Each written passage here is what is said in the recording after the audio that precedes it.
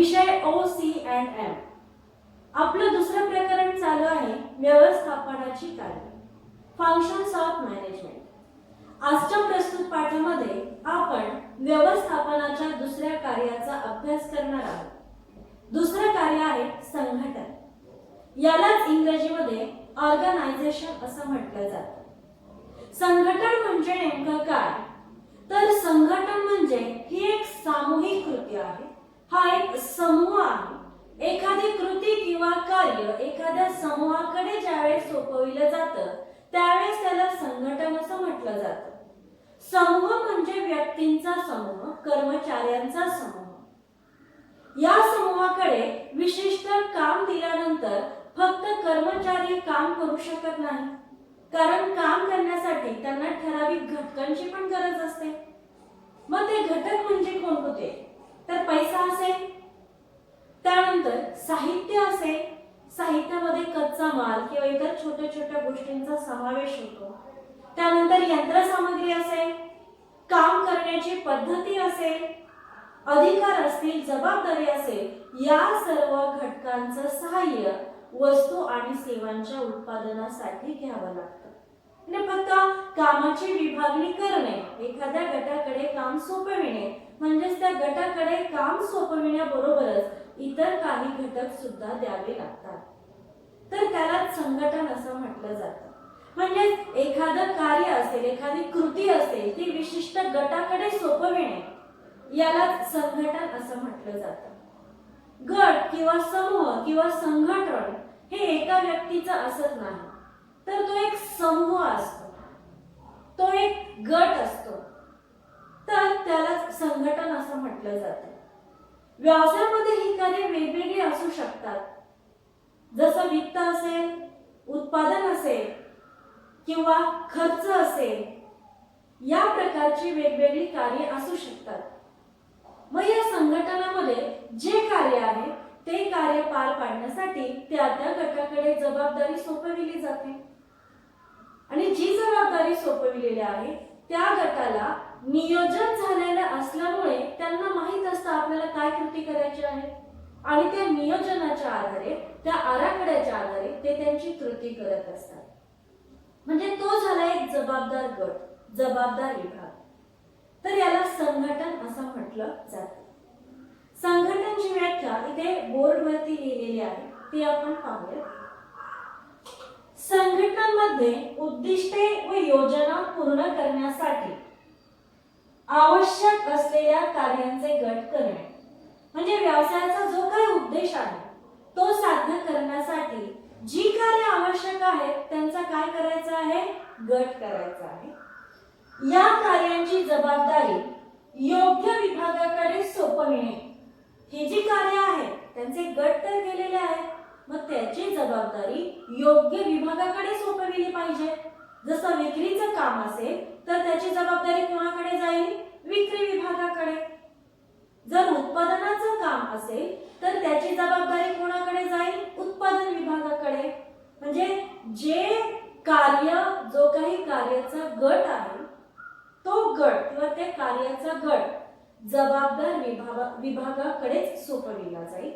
पुढे आणि अधिकार विभागणी व समन्वय यांची तरतूद करणे याचा समावेश होतो. मगाशी मी सांगितलं की संघटन म्हणजे फक्त समूह किंवा गट नव्हे, तर त्यांना आवश्यक असणारी साधन सामग्री पुरविणे.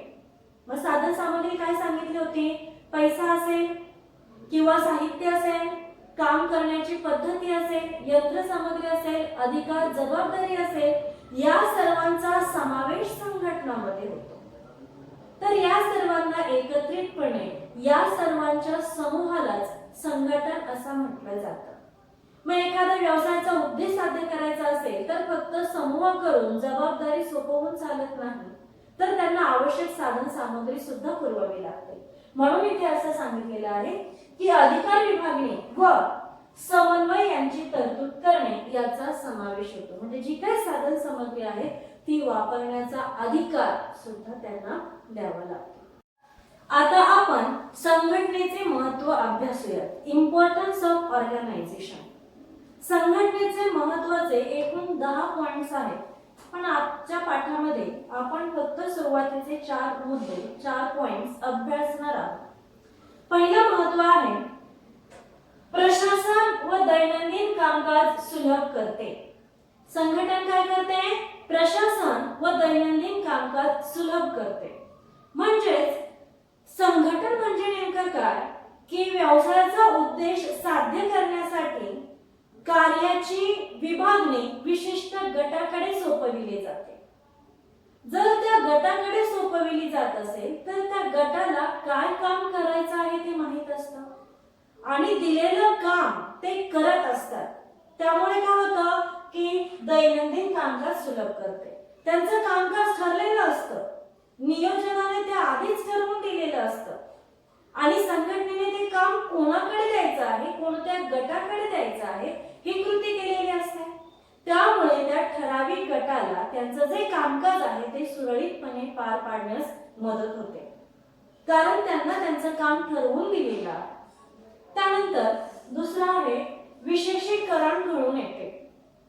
आता विशेषीकरण कसं घडून येतं की ठराविक काम ठराविक गटाला सोपविल्यामुळे तो जो कर्मचारी वर्ग आहे तो कर्मचारी वर्ग ते काम अतिशय कार्यक्षमतेने करत असतो. कारण काय आहे की त्यांना त्या कामाचं विशेष ज्ञान असतं. त्यांचं काम ठरलेलं असल्यामुळे त्या ज्ञानाचा वापर ते कृती करण्यासाठी करतात. त्यामुळे साहजिकच त्यांच्या पुरेपूर कार्यक्षमतेचा वापर तिथे केला जातो. त्या विभागाकडे काम दिल्यामुळे ते विविध जे काही कलागुण आहेत त्या कलागुणांचा वापर ते काम करण्यासाठी करत असतात. विशिष्ट कृती किंवा विशेष कार्य त्याचा वापर करून ते काम पूर्ण करत असतात. त्यामुळे त्यांच्या कामामध्ये विशेषीकरण घडून येण्यास मदत होत असते. त्यानंतर तिसरा आहे कामाची निश्चिती. व्यवसाय संघटनेमध्ये कामगार वर्ग जो आहे तो त्याची पात्रता पाहूनच निवडला जातो. त्याची पात्रता असेल, क्षमता असेल, ज्ञान असेल, अनुभव असेल याचा विचार करूनच कर्मचाऱ्यांची नियुक्ती केली जाते. कामाची निश्चिती दिल्यामुळे कर्मचाऱ्यांना माहिती असतं की आपल्याला काय काम करायचं आहे. त्यामुळे त्यांना त्या कामाचं ज्ञान अगोदरच असतं, कारण त्यांची पात्रता आणि अनुभव पाहूनच त्यांची नियुक्ती केलेली असते. त्यामुळे साहजिकच त्यांना जे काम सोपविलेलं जातं, त्यांना ज्या कामाचा अनुभव आहे, त्यांना ज्या कामाची पात्रता आहे त्यानुसारच कामाची विभागणी केली जाते. त्यानुसारच त्यांचं काम निश्चित केलं जातं. जर समजा एखादा इंजिनियर सिव्हिल इंजिनियर असेल तर त्याला त्याच प्रकारचं काम दिलं जाईल, किंवा एखादा परचेस मॅनेजर असेल तर त्याला त्याच प्रकारचं काम दिलं जाईल. म्हणजे त्याची नेमणूक करताना त्याची पात्रता पाहूनच नेमणूक केलेली असते. त्यामुळे साहजिकच त्याच्या कामाची निश्चिती ही अगोदरच ठरलेली असते. म्हणजे त्याची पात्रता क्षमता पाहूनच त्याला कार्याची विभागणी केलेली असते. त्यामुळे तो त्याचं काम त्वरित आणि कार्यक्षमतेने पूर्ण करतो. त्याला माहिती असतं की काम कसं करायचं आहे, कारण त्याला अनुभव असतो. अनुभव नसेल तरी त्या प्रकारचं त्याला ज्ञान असतं. त्यामुळे साहजिकच तो त्याचं काम त्वरित पूर्ण करू शकतो. इथे वेळेचा आणि कामाचा अपव्यय टाळला जातो. त्यानंतर पुढे आहे अधिकार व जबाबदारी यांचे स्पष्टीकरण. संघटन म्हणजे एखाद्या विभागाला किंवा एखाद्या गटाला एक काम सोपवलं जातं. त्यांच्या कार्याचं वर्गीकरण केलं जातं, कार्यांचं वाटप केलं जातं. मग कार्यांचं वाटप, कार्य जर पूर्ण करायचं असेल तर त्या काम पूर्ण करण्यासाठी ठराविक साहित्य, साधन सामग्री याबरोबरच त्यांना अधिकार आणि जबाबदारीचंही वाटप केलं जातं. संघटन हा एक समूह आहे आणि समूह असल्यामुळे जे काही अधिकारी वर्ग असेल त्या अधिकाऱ्याला जी काही जबाबदारी सोपविलेली असेल ती जबाबदारी पूर्ण करण्यासाठी जे काही अधिकार दिलेले असतील तर त्या अधिकारांचा वापर संघटनामुळे गैर केला जात नाही. म्हणजे त्या अधिकारांचा गैरवापर होत नाही. तर ही जी महत्त्वाचे पॉइंट्स आहेत ते आपण थोडक्यात एकदा त्यांचं रिव्हिजन घेऊया. पहिला आहे प्रशासन व दैनंदिन कामकाज सुलभ करते. संघटनामुळे व्यवसायाचं जे काही दैनंदिन कामकाज असेल ते सुलभरित्या होऊ लागतं, कारण काम ठरलेलं असतं. कर्मचाऱ्याला माहित असतं त्याला काय काम करायचं आहे, रोजचं किती काम करायचं आहे, त्यामुळे तो त्याचं काम सतत करत राहतो, सतत चालू ठेवतो. त्यामुळे दैनंदिन कामकाज जे आहे त्यामध्ये कोणत्याही प्रकारची अडचण येत नाही. विशेषीकरण घडून येते. ठराविक विभागाला काम दिल्यामुळे त्या त्या क्षमतेचा, त्या त्या गुणांचा वापर कर्मचारी काम करताना करत असतो. परिणामी त्याला त्याचं विशेषीकरण, त्याला त्याचं जे काही कामाचं वैविध्य असेल, कौशल्य असेल, त्याचा वापर ते काम करताना करता येतो. म्हणून काय सांगितलं आहे की त्याच्या कामाचं विशेषीकरण घडून येतं. त्यानंतर कामाची निश्चिती. व्यवस्थापन संघटनेमध्ये कर्मचाऱ्यांची नियुक्ती ही पात्रता, अनुभव, ज्ञान यावर आधारितच केली जाते. त्यामुळे कर्मचाऱ्यांना नेमकं काय काम करायचं आहे हे त्यांना अगोदरच माहीत असते. त्यामुळे संघटनेचा उद्देश साध्य करण्यासाठी त्यांना जे काम दिलेलं आहे ते त्वरित करत असतात. त्यामुळे वेळेचा अपव्यय टळला जातो. आणि चौथा आहे अधिकार व जबाबदारी यांचे स्पष्टीकरण.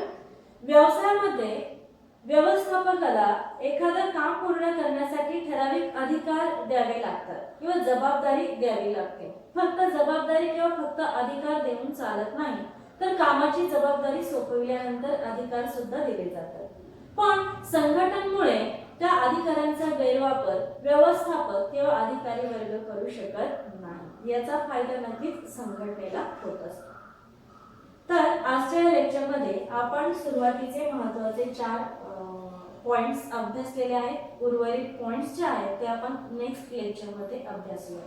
आजचं लेक्चर इथेच संपलं. धन्यवाद.